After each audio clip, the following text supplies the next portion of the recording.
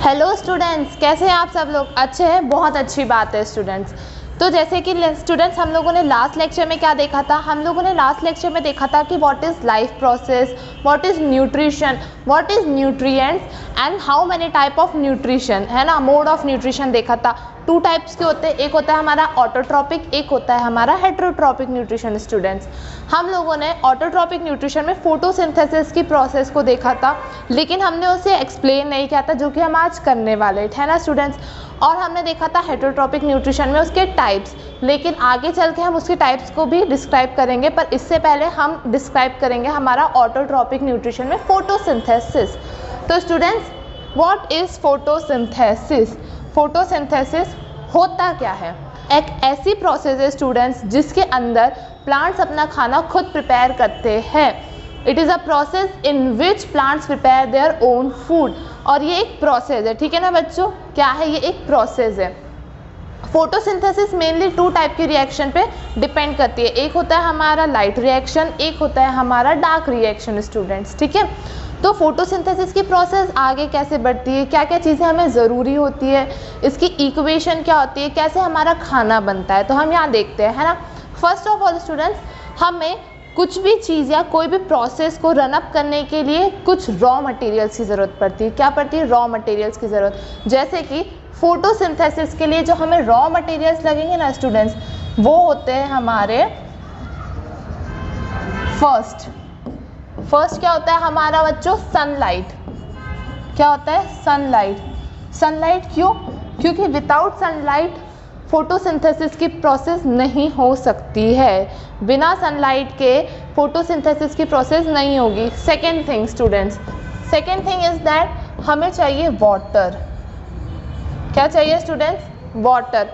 पानी के बिना पेड़ नहीं रहेगा, तो क्या मतलब फिर फोटोसिंथेसिस का, है ना। थर्ड होता है हमारा स्टूडेंट्स कार्बन डाइऑक्साइड। क्या होता है? कार्बन डाइऑक्साइड, जो कि हमें कहाँ से मिलता है? एनवायरनमेंट से मिलता है ना। और वाटर हमें कहाँ से मिलता है बच्चों? जाइलम के थ्रू रूट से मिलता है। किससे मिलता है? रूट से, है ना। उसके बाद फोर्थ और सबसे मेन चीज़ आती है हमारी क्लोरोफिल। क्लोरोफिल क्या है? क्लोरोफिल एक ग्रीनिश पिगमेंट है, जो कहाँ प्रेजेंट होता है? वो प्रेजेंट होता है इनसाइड द क्लोरोप्लास्ट। कहाँ प्रेजेंट होता है students? Inside the chloroplast. Chlorophyll कहाँ होता है बच्चों? इनसाइड। किसके अंदर? क्लोरोप्लास्ट के अंदर, है ना। और क्लोरोफिल का काम क्या होता है बच्चों? क्लोरोफिल का काम होता है कि ये सनलाइट को कैप्चर करता है, सनलाइट को एब्जॉर्ब करता है। क्योंकि अगर ये सनलाइट को एब्जॉर्ब नहीं करेगा तो इसे एनर्जी नहीं मिलेगी। तो एनर्जी को एब्जॉर्ब करने के लिए कुछ ना कुछ तो चाहिए ना, इसलिए जो क्लोरोफिल पिगमेंट होता है वो एनर्जी को एब्जॉर्ब करता है। नाउ स्टूडेंट्स, ये हो गए हमारे के सारे रॉ मटेरियल्स। रॉ मटेरियल्स के बिना हमारी प्रोसेस नहीं हो सकती है ना। तो यहाँ पे देखिए, जैसे कि आपको यहाँ दिख रहा होगा डायग्राम के अंदर, ये रहा वाटर, ये रहा कार्बन डाइऑक्साइड, ये रहा सनलाइट, और ये जब तीनों मिलते हैं एक साथ तो एक प्रोसेस होती है। वो प्रोसेस हमारी कौन सी होती है स्टूडेंट्स? फोटोसिंथेसिस की। फोटोसिंथेसिस की प्रोसेस में बच्चों हम लोगों को मिलता है बाय प्रोडक्ट ऑक्सीजन। क्या मिलता है? ऑक्सीजन एंड मेनली ग्लूकोज, जो कि हमें चाहिए। क्या चाहिए हमें? ग्लूकोज। ग्लूकोज क्यों स्टूडेंट्स? क्योंकि वो हमारा फूड है, वो हमें बहुत नेसेसरी है, वो हमारे प्लांट्स के लिए बहुत ज़्यादा नेसेसरी है स्टूडेंट्स, ठीक है। तो इसलिए जब ये पूरी प्रोसेस होती है तो हमें लास्ट में मिलता है हमारा फूड। अब ये प्रोसेस परफॉर्म कैसे होती है स्टूडेंट? मतलब अगर ये प्रोसेस हमें करनी है तो हमें कैसे करनी होगी? वैसे हम नहीं करते ये प्रोसेस स्टूडेंट्स, ये प्रोसेस हमारे प्लांट्स परफॉर्म करते हैं। लेकिन हमारे प्लांट्स परफॉर्म कैसे करते हैं ये प्रोसेस को? ठीक है, इसकी एक सिंपल सी इक्वेशन होती है, जो कि आपने अपने प्रीवियस क्लासेस में पढ़ रखी होगी 8th 9th में। प्रोसेस और इक्वेशन ऐसी होती है बच्चों, हमारा जो कार्बन डाइऑक्साइड होता है, ठीक है, 6 molecule of carbon dioxide plus 12 molecule of water. कितने? ये चीज़ याद रखना बच्चों, 6 मॉलिक्यूल ऑफ हमारा कार्बन डाइऑक्साइड होता है और 12 मॉलिक्यूल हमारे वाटर के, इन प्रेजेंस ऑफ, किसके प्रेजेंस में? सनलाइट और क्लोरोफिल की। किसकी बच्चों? सनलाइट की और क्लोरोफिल की प्रेजेंस में क्या बनाते हैं? क्लोरोफिल की प्रेजेंस में बनाया जाता है हमारा फूड। और हमारा फूड क्या होता है स्टूडेंट्स? हमारा फूड होता है, यहाँ लिखती हूँ मैं, हमारा फूड होता है ग्लूकोज, C6H12O6। ये क्या है हमारा बच्चों? ग्लूकोज।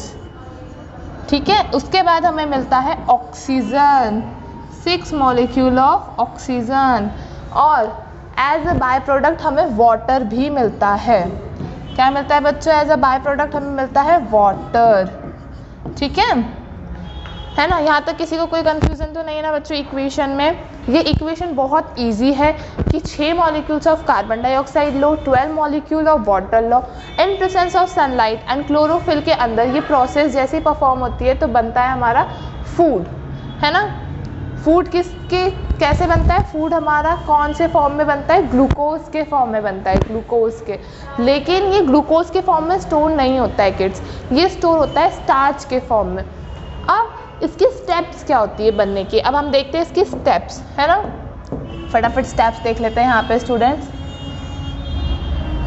इसकी स्टेप्स होती है कि स्टेप्स ऑफ फोटोसिंथेसिस। स्टेप क्या होती है? पहली स्टेप होती है सनलाइट का एब्जॉर्प्शन होना, जो कि कहाँ पर होता है बच्चों? क्लोरोफिल में होता है। ठीक है, फर्स्ट होता है हमारा absorption of sunlight, absorption of sunlight. जैसे ही सनलाइट एब्जॉर्ब होती है, देन सनलाइट जो कि हमारी सोलार एनर्जी थी, कौन सी एनर्जी थी स्टूडेंट? सोलार एनर्जी थी, वो कन्वर्ट हो जाती है केमिकल एनर्जी में। कौन सी एनर्जी में? केमिकल एनर्जी में, ताकि इजीली हमारे प्लांट में फोटोसिंथेसिस की प्रोसेस हो सके। नाउ स्टूडेंट, जैसे ही सोलर एनर्जी कन्वर्ट हुई हमारी केमिकल एनर्जी में, तो थर्ड पॉइंट में आता है हमारा splitting of water.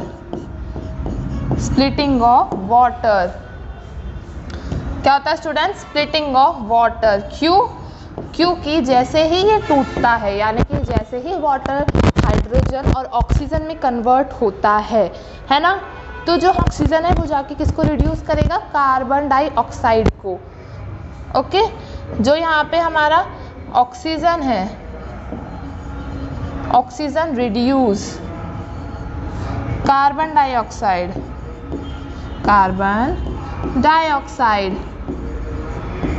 To form carbohydrate. क्या बनाएगा बच्चों? कार्बोहाइड्रेट बनाएगा हमारा ये। जैसे ही CO2 रिड्यूस होगा, कार्बोहाइड्रेट का फॉर्मेशन हो जाएगा। किसका फॉर्मेशन होगा बच्चों? कार्बोहाइड्रेट का फॉर्मेशन होगा। कार्बोहाइड्रेट का फॉर्मेशन होने के बाद स्टूडेंट्स क्या होगा? जैसे ही कार्बोहाइड्रेट का फॉर्मेशन होगा, धीरे धीरे कार्बोहाइड्रेट में क्या प्रेजेंट होता है हमारा? ग्लूकोज। क्या प्रेजेंट होता है हमारा बच्चों? ग्लूकोज जो है वो स्टार्च की फॉर्म में हमारे प्लांट्स में स्टोर होने लगेगा। क्या होने लगेगा? स्टोर होने लगेगा स्टूडेंट्स। स्टार्च के फॉर्म में स्टोर होगा, stored in plants.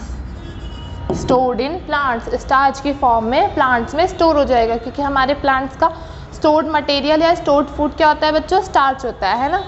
Now students, अब ये बात तो हो गई हमारी फोटोसिंथेसिस की। फोटोसिंथेसिस के लिए बच्चों मेन साइट कौन सी होती है हमारी? लीफ। ये बच्चों याद रखने वाली बात है कि लीफ मेन साइट होती है हमारी फोटोसिंथेसिस के लिए, है ना। नाउ आगे बढ़ते हैं अब हम।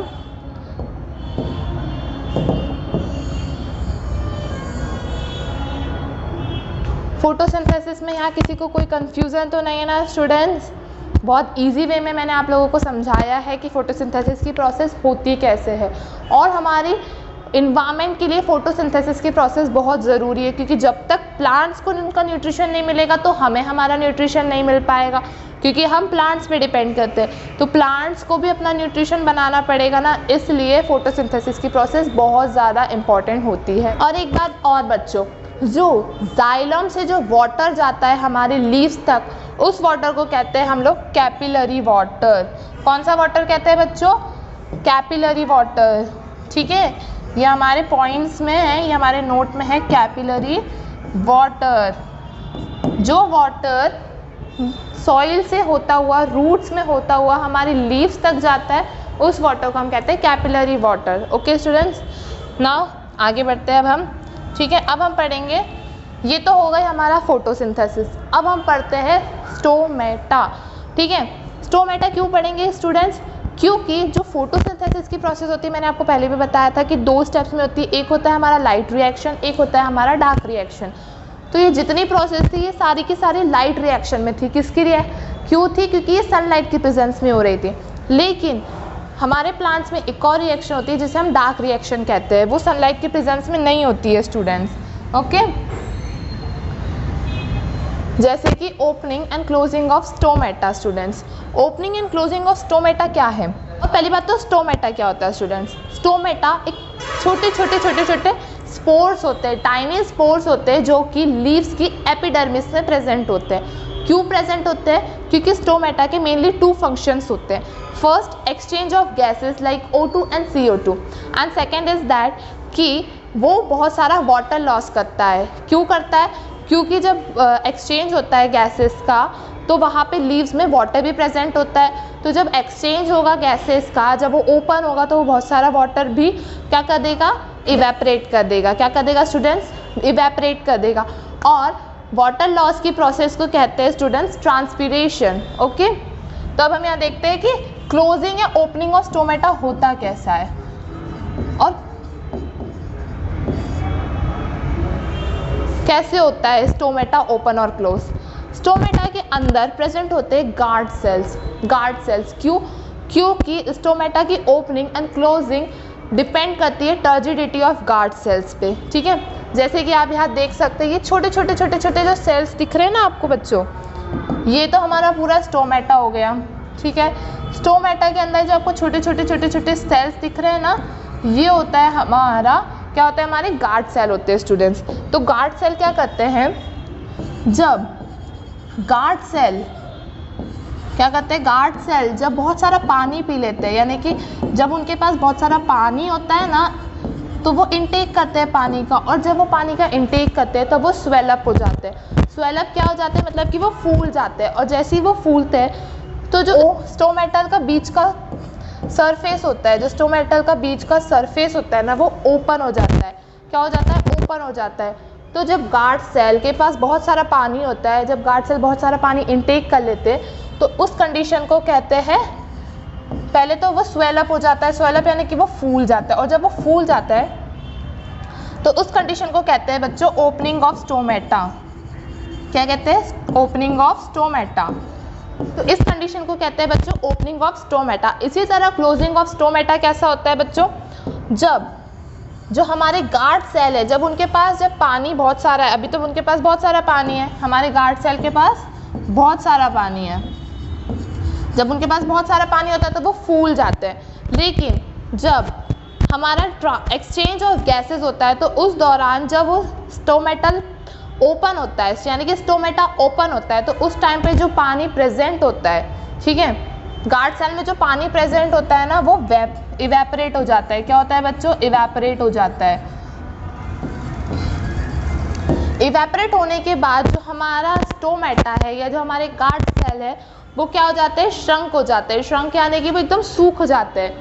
क्या हो जाते हैं बच्चों? श्रिंक बोल सकते हैं बच्चों, मैंने श्रिंक हो जाते हैं। श्रिंक हो जाते हैं ना, तो उस कंडीशन को कहते हैं बच्चों क्लोजिंग ऑफ स्टोमेटा। क्या कहते हैं? Closing of stomata. तो इस तरह से ओपनिंग और क्लोजिंग ऑफ स्टोमेटा होता है। कैसे होता है? जब गार्ड सेल के पास बहुत सारा पानी होता है तो वो फूल जाता है, तो उस कंडीशन को हम कहेंगे ओपनिंग ऑफ स्टोमेटा। एंड जब हमारे गार्ड सेल के पास पानी नहीं होता है, यानी कि जब वो पानी इवेपोरेट हो जाता है ट्रांसपिरेशन की प्रोसेस में, तो हमारा गार्ड सेल क्या हो जाता है? श्रंक हो जाता है, यानी कि श्रिंक हो जाता है, सूख हो जाता है। तो उस कंडीशन को हम कहेंगे closing of stomata students. Okay, तो इससे रिलेटेड आपको कोई भी क्यूरी हो या आपको कोई भी क्वेश्चन हो तो मुझे कमेंट बॉक्स में ज़रूर बताएं बच्चों। इस लेक्चर में बस इतना ही। नेक्स्ट लेक्चर में हम पढ़ेंगे कि व्हाट आर हेटेरोट्रॉपिक न्यूट्रिशन, और हेटेरोट्रॉपिक न्यूट्रिशन में कितने टाइप्स के न्यूट्रिशन और प्रेजेंट होते हैं ना स्टूडेंट्स। तो अभी के लिए बस इतना ही students. Stay happy, stay safe, bye bye.